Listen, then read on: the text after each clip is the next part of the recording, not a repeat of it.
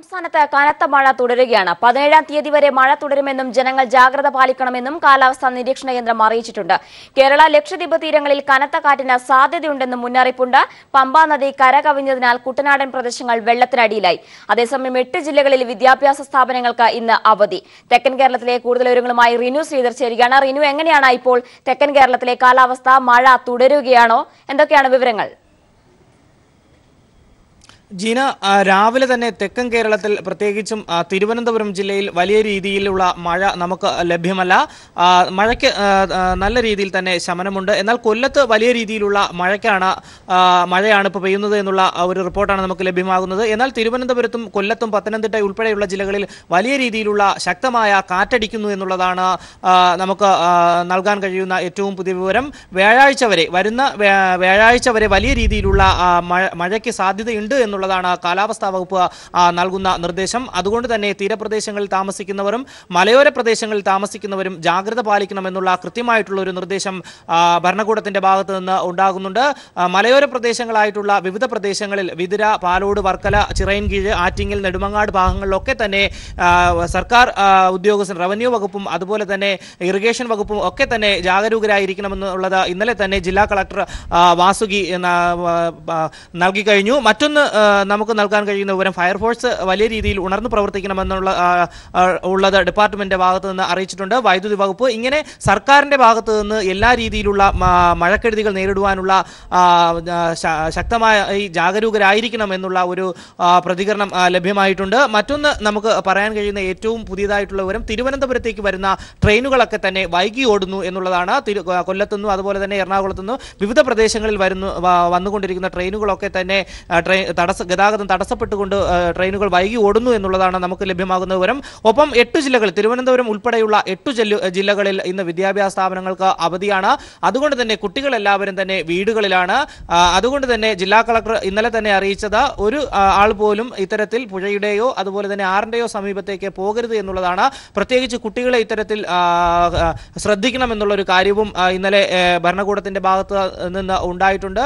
അതുപോലെ തന്നെ വിവിധ മണ്ഡലങ്ങളുടെ MLA-മാരെല്ലാം തന്നെ അതാത് മണ്ഡലങ്ങളിൽ കേന്ദ്രീകരിച്ചുകൊണ്ട് അവിടുത്തെ സ്ഥിതിഗതികൾ വിലയിരുത്തുന്നുണ്ട്. ഇന്നലെ നെയ്യാർ ഡാം സമീപത്തെ ഒരു പാലത്തിൽ നിന്ന് താഴേക്ക് ചാടിയ യുവതിക്ക് വേണ്ടിയുള്ള തിരച്ചിൽ ഇന്ന് ഊർജിതപ്പെടുത്തിയിട്ടുണ്ട്. ഫയർഫോഴ്സും അതുപോലെ തന്നെ പോലീസും ഒക്കെ തന്നെ സ്ഥലത്ത് ക്യാമ്പ് ചെയ്തുകൊണ്ട് ഇവർക്ക് വേണ്ടിയുള്ള തിരച്ചിൽ നടത്തുകയാണ്. ഇതുവരെയും ഒരു എഞ്ചിനീയറിംഗ് വിദ്യാർത്ഥിയാണ്, നരുവാമൂട് സ്വദേശി. ഇവർക്ക് വേണ്ടിയുള്ള തിരച്ചിൽ ശക്തമാക്കിയിരിക്കുകയാണ്. ഇതുവരെയും ഇവരെ കണ്ടെത്താൻ കഴിഞ്ഞിട്ടില്ല. മറ്റ് പ്രശ്നങ്ങൾ ഒന്നും തന്നെ ജില്ലയിൽ ഇതുവരെയും റിപ്പോർട്ട് ചെയ്തിട്ടില്ല. മറ്റ് മഴക്കെടുതി കാരണമുള്ള വലിയ അപകടങ്ങളൊന്നും തന്നെ ചിലയിടങ്ങളിൽ മരം കടപുഴകി വീണതല്ലാതെ, ഗതാഗതം സ്തംഭിച്ചതല്ലാതെ വലിയ രീതിയിലുള്ള ഒരു നാശനഷ്ടമോ ഒപ്പം വലിയ രീതിയിലുള്ള ഒരു അപകടമോ ഇതുവരെയും തിരുവനന്തപുരം ജില്ലയിലും തെക്കൻ കേരളത്തിലും റിപ്പോർട്ട് ചെയ്തിട്ടില്ല. ഏറ്റവും പുതിയതായി റിപ്പോർട്ട് ചെയ്തത് കൊല്ലം ജില്ലയിൽ നിന്ന് 11 കുടുംബങ്ങളെ മാറ്റിപ്പാർപ്പിച്ചു എന്നുള്ളതാണ്. കൊല്ലം ജില്ലയിൽ നിന്ന് ദുരിതാശ്വാസ ക്യാമ്പിലേക്ക് ഇവരെ മാറ്റിപ്പാർപ്പിച്ചു എന്നുള്ളതാണ്. തിരുവനന്തപുരം ജില്ലയിൽ ദുരിതാശ്വാസ ക്യാമ്പുകളുടെ താക്കോലെല്ലാം തന്നെ റവന്യൂ ഉദ്യോഗസ്ഥർ ശേഖരിച്ചു വെച്ചിട്ടുണ്ടെങ്കിലും ഇതുവരെയും തിരുവനന്തപുരം ജില്ലയിൽ ഒരു ദുരിതാശ്വാസ ക്യാമ്പ് തുറക്കേണ്ട സാഹചര്യം ഉണ്ടായിട്ടില്ല എന്നുള്ളതാണ് ലഭ്യമാകുന്ന വിവരം. എന്നാൽ ഏത് സാഹചര്യവും നേരിടുവാനുള്ള വിലയിരുത്തലുകൾ ഉദ്യോഗസ്ഥരുടെ ഭാഗത്ത് നിന്ന് നടന്നു വരികയാണ്. ജീന, ശരി, തിരുവനന്തപുരത്ത് മഴയ്ക്ക് അല്പം ശമനമുണ്ട്. എന്നാൽ ട്രെയിനുകൾ വൈകി ഓടുകയാണ്. തിരുവനന്തപുരത്തെ വിദ്യാഭ്യാസ സ്ഥാപനങ്ങൾക്കെല്ലാം ഇന്ന് അവധി പ്രഖ്യാപിച്ചിട്ടുണ്ട്. സർക്കാരിന്റെ എല്ലാ മുൻകരുതലുമുണ്ട്. വിവരങ്ങൾ നൽകിയത് റിനു ശ്രീധരാണ്. ഇനി വടക്കൻ കേരളത്തിലെ വിവരങ്ങളുമായി ലതീഷ് ചേരുകയാണ്. ലതീഷ്, എങ്ങനെയാണ് വടക്കൻ കേരളത്തിൽ ഇപ്പോഴും മഴ തുടരുകയാണോ? എന്തൊക്കെയാണ് അവിടെ നിന്നുള്ള വിവരങ്ങൾ? ജിയ, മലബാറിലെ 5 ജില്ലകളിൽ മഴ ശക്തമായി തന്നെ തുടരുകയാണ്. എന്നാൽ മലബാറിലെ 6 ജില്ലകളിലും വിദ്യാഭ്യാസ സ്ഥാപനങ്ങൾക്ക് ഇന്ന് അവധി നൽകുന്ന ഒരു സാഹചര്യം ഉണ്ടായിട്ടില്ല. പൊന്നാനി താലൂക്കിൽ മാത്രമാണ്, മലപ്പുറം ജില്ലയിലെ പൊന്നാനി താലൂക്കിൽ മാത്രമാണ് സ്കൂളുകൾക്ക് അവധി പ്രഖ്യാപിച്ചിരിക്കുന്നത്. കോഴിക്കോട് ജില്ലയുടെ മലയോര മേഖലകളിലാണ് മഴ കാര്യമായി പെയ്തുകൊണ്ടിരിക്കുന്നത്. ബേപ്പൂർ, വടകര എന്നിവിടങ്ങളിൽ കടലാക്രമണവും രൂക്ഷമായിട്ടുണ്ട്. ഇവിടങ്ങളിലുള്ള ചില കുടുംബങ്ങളെ ദുരിതാശ്വാസ ക്യാമ്പുകളിലേക്ക് മാറ്റിയിട്ടുണ്ട്. ദുരിതാശ്വാസ ക്യാമ്പുകൾ പ്രവർത്തിക്കുന്ന കോഴിക്കോട് ജില്ലയിലെ സ്കൂളുകൾക്ക് ജില്ലാ കളക്ടർ ഇന്നലെ വൈകിട്ട് തന്നെ അവധി പ്രഖ്യാപിച്ചിരുന്നു. കക്കയം ഡാമിന്റെ ഷട്ടറുകൾ തുറന്നതിനാൽ ഈ പ്രദേശങ്ങളിലുള്ള ആളുകൾ ജാഗ്രത പാലിക്കണമെന്നുള്ള നിർദ്ദേശവും KSEB അധികൃതർ നൽകിയിട്ടുണ്ട്. വയനാട്ടിലാണ് മഴ ശക്തമായി തന്നെ തുടരുന്നത്. ബാണാസുര സാഗർ ഡാം ഷട്ടറുകൾ തുറന്നിട്ടുണ്ട്. പനമരം പുഴയിലേക്കാണ് ഇതിൽ നിന്നുള്ള വെള്ളം എത്തുന്നത്. അതുകൊണ്ട് തന്നെ ഈ തീരപ്രദേശത്തുള്ളവർ ജാഗ്രത പാലിക്കണമെന്ന നിർദ്ദേശം അധികൃതർ നൽകിയിട്ടുണ്ട്. താഴ്ന്ന പ്രദേശങ്ങൾ വീണ്ടും വെള്ളക്കെട്ട് ഭീഷണിയിലാണ്. 45 ദുരിതാശ്വാസ ക്യാമ്പുകൾ വയനാട് ജില്ലയിൽ മാത്രം പ്രവർത്തിക്കുന്നു. 520 കുടുംബങ്ങൾ ഇവിടങ്ങളിൽ കഴിയുന്നുണ്ട്. പേരിയ 38-ൽ 3 ദിവസം മുമ്പ് കാണാതായ കുട്ടിക്ക് വേണ്ടിയുള്ള തിരച്ചിൽ ഇപ്പോഴും തുടരുകയാണ്. പുഴയിൽ കാണാതായതായാണ് സംശയം. കണ്ണൂർ ജില്ലയിലും മഴ തുടരുന്നു. മലയോര മേഖലയിൽ കനത്ത മഴയിലും കാറ്റിലും വ്യാപക നാശനഷ്ടങ്ങൾ ഉണ്ടായിട്ടുണ്ട്. മരങ്ങൾ കടപുഴകി വീണും വീടുകൾക്കും വാഹനങ്ങൾക്കും കേടുപാടുകൾ ഉണ്ടായിട്ടുണ്ട്. ജില്ലയിലെ തീരപ്രദേശങ്ങളിലും കടലാക്രമണം രൂക്ഷമാണ്. ആയിക്കര, പുന്നേൽ, മാട്ടൂൽ, പെട്ടിപ്പാലം തുടങ്ങിയ സ്ഥലങ്ങളിലാണ് കടലേറ്റം ഉണ്ടായിട്ടുള്ളത്. ഇടത്തൊട്ടിയിൽ ഇന്നലെ ഉണ്ടായ കാറ്റിൽ ഓട്ടോറിക്ഷയ്ക്ക് മുകളിൽ മരം വീണ് ഒരു യുവതി മരിക്കുന്ന സാഹചര്യം ഉണ്ടായിരുന്നു. പൊന്നാനി താലൂക്കിലാണ് മഴ ശക്തമായി തുടരുന്നത്. മലപ്പുറം ജില്ലയിൽ പൊന്നാനി താലൂക്കിലെ പ്രൊഫഷണൽ കോളേജുകൾ ഒഴികെയുള്ള എല്ലാ വിദ്യാഭ്യാസ സ്ഥാപനങ്ങൾക്കും ഇതിനകം തന്നെ അവധി പ്രഖ്യാപിച്ചിട്ടുണ്ട്. പാലക്കാട് ജില്ലയിലും മലയോര മേഖലയിലാണ് മഴ ശക്തമായി തുടരുന്നത്. നെല്ലിയാമ്പതി, പാടഗിരി, നൂറോട്ടുപാടത്ത് നിരവധി വീടുകളിൽ വെള്ളം കയറിയിട്ടുണ്ട്. കോളനികളിലുള്ള തോട്ടം തൊഴിലാളികളെ ഇതിനകം സമീപത്തെ ലോഡ്ജിലേക്ക് സുരക്ഷിത സ്ഥാനങ്ങളിലേക്ക് എന്നുള്ളതിന് ജില്ലയിൽ മിക്കയിടത്തും വൈദ്യുത ബന്ധം തകരാറിലാണ്. ഭാരതപ്പുഴ അടക്കമുള്ള പുഴകളിൽ ജലനിരപ്പ് ക്രമാതീതമായി ഉയർന്നിട്ടുണ്ട്. നെല്ലിയാമ്പതി സീതാർകുണ്ടിൽ വെള്ളച്ചാട്ടത്തിന് സമീപം കാണാതായ യുവാവിന് വേണ്ടിയുള്ള തിരച്ചിലും തുടരുകയാണ്. ജിന, വടക്കൻ കേരളത്തിൽ മഴ ശക്തമായി പെയ്യുകയാണ്. കണ്ണൂരിൽ ചിലയിടങ്ങളിൽ നാശനഷ്ടങ്ങളും റിപ്പോർട്ട് ചെയ്തിട്ടുണ്ട്. വിവരങ്ങളാണ് ലതീഷ് നൽകിയത്. ഇനി മധ്യ കേരളത്തിലെ വിവരങ്ങളുമായി വിഷ്ണു പ്രസാദ് ചേരുകയാണ്. വിഷ്ണു, കോട്ടയത്തെ ചിലയിടങ്ങളിൽ ഉരുൾപൊട്ടൽ റിപ്പോർട്ട് ചെയ്തു. അതുപോലെ റെയിൽപാളങ്ങളെല്ലാം വെള്ളത്തിനടിയിലായി, ട്രെയിനുകളെല്ലാം വൈകി ഓടുന്നു. എന്തൊക്കെയാണ് ഇപ്പോൾ മധ്യ കേരളത്തിൽ നിന്ന് ലഭ്യമാകുന്ന വിവരങ്ങൾ?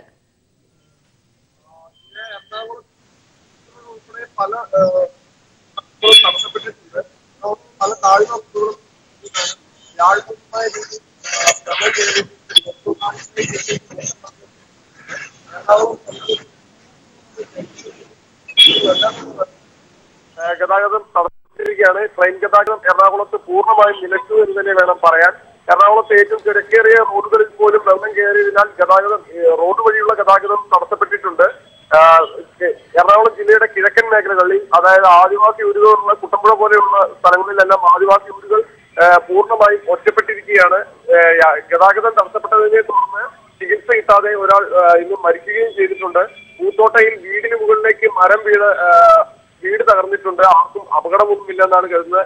അതുപോലെ തന്നെ മധ്യ കേരളത്തിൽ കഴിഞ്ഞ ഒരാഴ്ചയായി കനത്ത മഴ തന്നെയാണ് തുടരുന്നത്. ഇടുക്കി ജില്ലയിലെ പ്രധാന വിനോദ കേന്ദ്രമായ മൂന്നാർ പൂർണ്ണമായും ഒറ്റപ്പെട്ടിട്ടുണ്ട്. സമീപ പ്രദേശത്തുള്ള KSRTC സ്റ്റാൻഡിൽ പോലും വെള്ളം കയറിയത് കൊണ്ടും മണ്ണിടിഞ്ഞത് കാരണം ഗതാഗതം തടസ്സപ്പെട്ടിട്ടുണ്ട്. നിരവധി ഡാമുകൾ ഷട്ടറുകൾ തുറന്നിട്ടുണ്ട്. അതിനാൽ പെരിയാർ പോലെയുള്ള നദികളുടെ തീരത്തുള്ളവർ ജാഗ്രത പാലിക്കണമെന്ന് ജില്ലാ ഭരണകൂടം അറിയിച്ചിട്ടുണ്ട്. കൊച്ചി ധനുഷ്കോടി ദേശീയപാതയിൽ മണ്ണ് വീണ് ഗതാഗതം തടസ്സപ്പെട്ടു. ഇടുക്കി അണക്കെട്ടിൽ അതുപോലെ തന്നെ മുല്ലപ്പെരിയാറിനും ജലനിരപ്പ് ഉയർന്നതിനാൽ ഇനി അവിടുത്തെ ഷട്ടറുകൾ ഏത് നിമിഷവും തുറക്കാവുന്ന സാഹചര്യത്തിലാണ്. സ്കൂളുകൾക്ക് അവധി പ്രഖ്യാപിച്ചിട്ടുണ്ട്. യാത്രയ്ക്ക് മൂന്നാറിന്റെ ഹൈ റേഞ്ചുകളിലും ലോ റേഞ്ച് മേഖലകളിലും യാത്ര നിരക്ക് ഏർപ്പെടുത്തിയിട്ടുണ്ട്. 20 വീടുകളാണ് ഇടുക്കി ജില്ലയിൽ ഈ ഒരു മഴയിൽ തകർന്നത്. ഒപ്പം തന്നെ 45 വീടുകൾ ഭാഗികമായും തകർന്നിട്ടുണ്ട്. പൊന്മുടി, മലങ്കര ഡാമുകളുടെ ഷട്ടറുകൾ തുറന്നു കഴിഞ്ഞു. അതുപോലെ ആലപ്പുഴയിൽ KSRTC റോഡ് വഴിയുള്ള KSRTC ബസ്സുകളുടെ ഗതാഗതം നിരോധിച്ചിരിക്കുകയാണ്. KSRTC ഗതാഗതം അതുപോലെ തന്നെ കോട്ടയം ജില്ലകളിലേക്കുള്ള ബസ് സർവീസുകളും ആലപ്പുഴ ജില്ലയിൽ നിർത്തിവെച്ചിട്ടുണ്ട്. ട്രെയിൻ ഗതാഗതം പൂർണ്ണമായും ആലപ്പുഴയിലും തടസ്സപ്പെട്ട സ്ഥിതിയിലാണുള്ളത്. എന്തു തന്നെയായാലും ഇത്തരത്തിൽ മധ്യ കേരളത്തിൽ വ്യാപകമായ നാശങ്ങളും അതുപോലെ തന്നെ ഗതാഗത തടസ്സങ്ങളും ആണ് ഈ ഒരു കഴിഞ്ഞ ഒരാഴ്ചക്കാലമായി നീണ്ടു നിൽക്കുന്ന മഴയെ തുടർന്ന് ഉണ്ടായിട്ടുള്ളത്. കോട്ടയം ജില്ലയിലും ഇതിന്റെ സമാനമായ രീതിയിൽ വലിയ രീതിയിലുള്ള ബുദ്ധിമുട്ടുകളാണ് മഴ സൃഷ്ടിച്ചുകൊണ്ടിരിക്കുന്നത്. കഴിഞ്ഞ ഒരാഴ്ചക്കാലത്തെ മുഴുവൻ ദുരിതവും ഒരുപാട് വീടുകൾക്ക്, കൃഷികൾക്ക് എല്ലാം തന്നെ വൻ നാശമാണ് മധ്യ കേരളത്തിൽ മഴ മൂലം സംഭവിച്ചിട്ടുള്ളത്.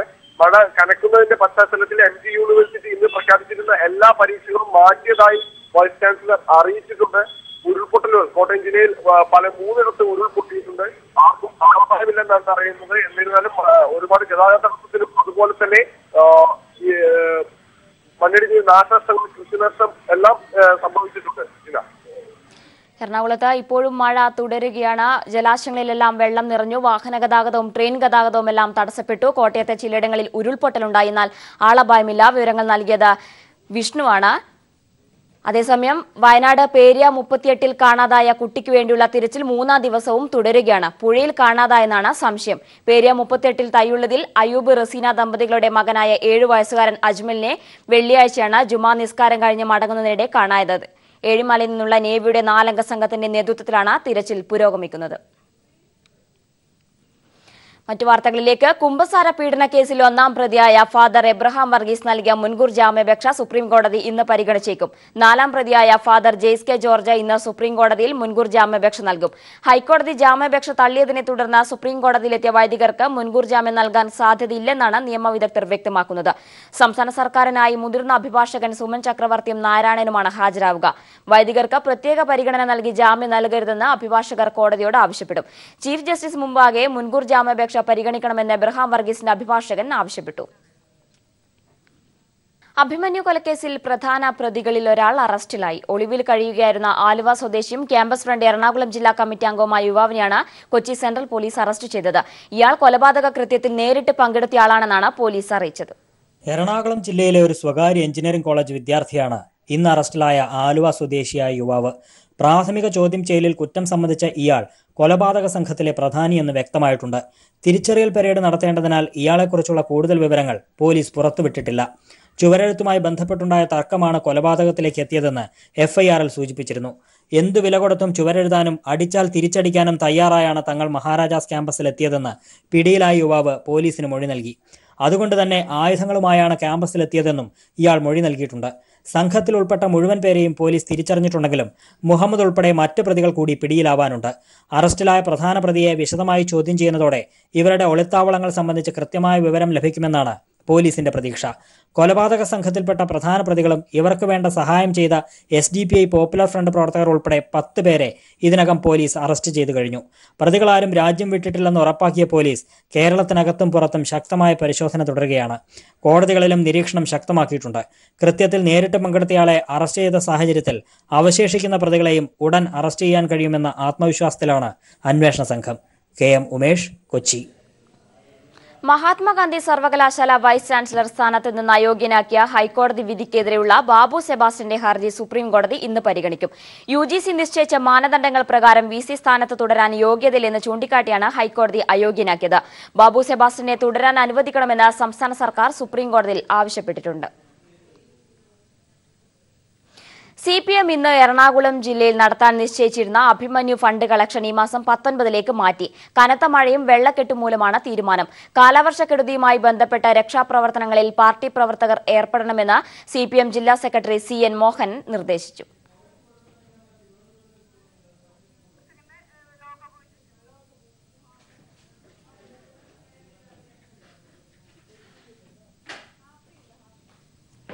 മറ്റു വാർത്തകളിലേക്ക് പോവുകയാണ്. ആലപ്പുഴയിലെ വണ്ടാനത്ത് ചരക്കു കപ്പൽ ലക്ഷ്യം തെറ്റി തീരത്തെത്തി. വിവരങ്ങളുമായി ഷാജഹാൻ ചേരുകയാണ്. ഷാജഹാൻ, എന്താണ് സംഭവിച്ചത്?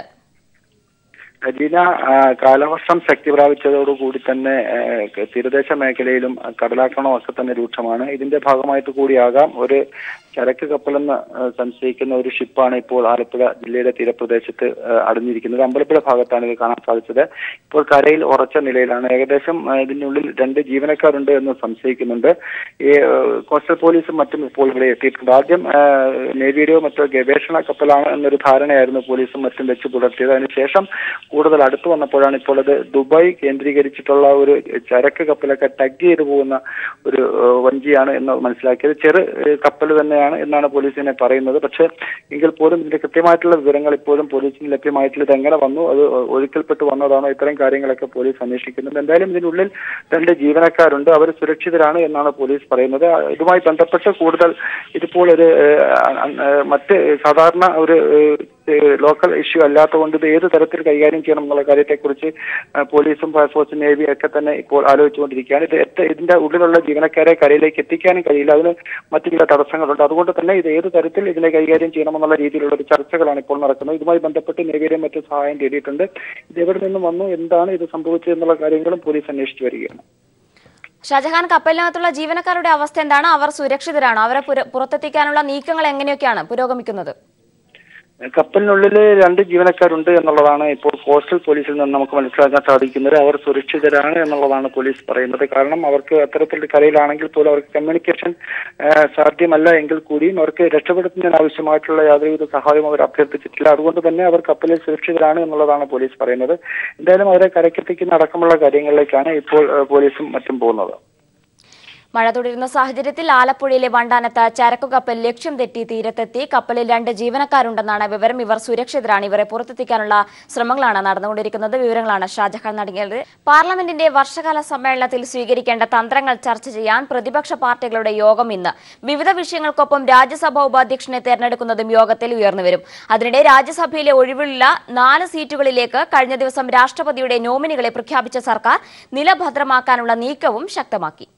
നിർണായകമായ രാജ്യസഭാ ഉപാധ്യക്ഷ സ്ഥാനത്തേക്ക് NDA ഇതര സ്ഥാനാർത്ഥിയെ വിജയിപ്പിച്ചെടുക്കാനാണ് കോൺഗ്രസ് നീക്കം. പ്രാദേശിക പാർട്ടികൾക്കായി ഉപാധ്യക്ഷ സ്ഥാനം വിട്ടുനൽകാൻ തയ്യാറാണെന്ന സൂചന നേരത്തെ കോൺഗ്രസ് നേതൃത്വം നൽകിയിരുന്നു.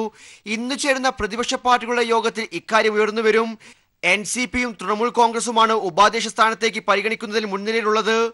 നിലവിൽ ഇടതുപക്ഷം ഉൾപ്പെടെയുള്ള പ്രതിപക്ഷ പാർട്ടികൾക്ക് രാജ്യസഭയിൽ ആകെ 117 അംഗങ്ങളാണുള്ളത്. ഉപാധ്യക്ഷനെ വിജയിപ്പിച്ചെടുക്കാൻ 123 സീറ്റ് വേണമെന്നിരിക്കെ പ്രതിപക്ഷ നിരയിലെ ബിജു ജനതാദൾ, TRS, YSR കോൺഗ്രസ് എന്നീ പാർട്ടികൾ നിലപാട് വ്യക്തമാക്കിയിട്ടില്ല. വേണ്ടത്ര അംഗബലമില്ലാത്തതിനാൽ ഉപാധ്യക്ഷ സ്ഥാനത്തേക്കുള്ള മത്സരം വൈകിപ്പിക്കാൻ സർക്കാർ ശ്രമിച്ചാൽ അതിനെതിരെ സംഘടിക്കുന്നതും പ്രതിപക്ഷത്തിന്റെ പരിഗണനയിലുണ്ട്. രാജ്യസഭയിലെ ഒഴിവുള്ള 4 സീറ്റുകളിലേക്ക് രാഷ്ട്രപതിയുടെ നോമിനികളെ കഴിഞ്ഞ ദിവസം പ്രഖ്യാപിച്ച സർക്കാർ നില ഭദ്രമാക്കാനുള്ള നീക്കം ശക്തമാക്കിയിട്ടുണ്ട്. ആൾക്കൂട്ടാക്രമണം, രാജ്യത്തെ ക്രമസമാധാന പ്രശ്നങ്ങൾ, സ്ത്രീകൾക്കെതിരായ ആക്രമണം, കാർഷിക രംഗത്തെ പ്രശ്നങ്ങൾ തുടങ്ങിയ വിഷയങ്ങളും ഇന്നത്തെ യോഗത്തിൽ ഉയർന്നുവരും. News bureau, Delhi. Malappuram Peruvallur Padinjatte Parambil PP Neelakandan master നിര്യാതനായി. Kairali TV visual editor Rajesh Peruvallur മകനാണ്.